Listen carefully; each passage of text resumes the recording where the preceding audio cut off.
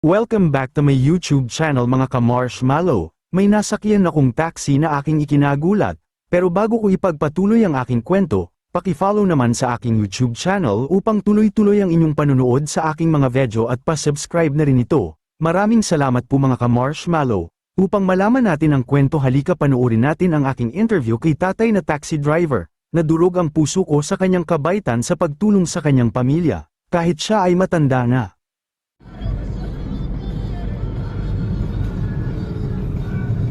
Pero yung mga anak mo kuya, mga professional na. Buti pakita natin si kuya. Yan. Si kuya ay 72 years old na si kuya pala. Ako ay nagulat sa kanya kasi nga 72 years old, nagdadrive pa siya ng taxi. Ayun. Buti pumayag pa sila kuya. Wala naman gano'n, mga ordinaryo empleyado lang. Tumutulong naman, pero sabihin, hindi ko inuobligate naman ng may mga anak na pinag-aaral eh. Kaya kung magparo siya ngayon, hindi kagaya ng dati. Mga ano din sila, yung sa pabrika rin na nagtrabaho. Yeah. Ganun. Mga ano talaga, as in... Yung bunso ko, sa SM San Mateo, naka-assign. Mga magaganda rin pala trabaho nila, no? Napagtapos ko naman sila. Kaya lang na may mga pamilya na rin. Parang ano, kasi siyempre may mga bata, may mga anak. Pero tumutulong naman sila kahit papaano. Ano? Kagaya sa linggo, papasa sila sa dahil Mother's Day, birthday ng misis ko. Ilan taon na yung asawa mo kuya? Sa Abente, 72 na rin. Hala, talaga. Matanda lang ako ng buwan. Ang galing naman ng ano nyo kuya, no? Naka 72 ako. Ay, yung misis ko. Malakas ka pa. Alam mo yung nanay ko, naging 73. Namatay siya 73. Mahina na siya kuya, di katulad sa'yo na yan mo, Hindi, malakas ka pa. Yung misis ko, yun ang pinag-aanap buhay ko. Stroke ang misis ko. Ganun? O, maintenance lang nga, 1 linggo. Ganun.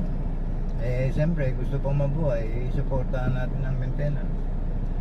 Para pagdating ng araw, wala tayong hindi tayo makonsensya. Ginagawa natin lahat ang paraan. Pero, wala, ako'y pagod na rin. Pero, ito magawa. Nakakaano naman pala yung kwento mo kuya sa ano. Siyempre kasi pag umaasa ka rin dun sa mga sa mga anak mo, di rin nila kaya yun. Alam mo dati ako rin nagsuporta ako sa nanay ko kaya kasi yung nanay ko dati na may diabetes. Umabot siya ng 5 years. 5 years siya sa kagagamot namin. Ang laki talaga ng mga maintenance eh. Oo. Diabetes. Diabetes din pala. Magkamag-anak yan eh. Oo. Magkasama-sama kasi sila lagi. Ang laki pa naman ng maintenance yung kuya. Yan, nung na-stroke. Na-stroke talaga siya pala. Wala na akong katuwang sa anak buhay. Kaya, eto. Akala ko nga pagka-pensionado pakapi-kapi na lang. Oo, yun na talaga kuya. Yung mga iniisip. Kahit pa rin.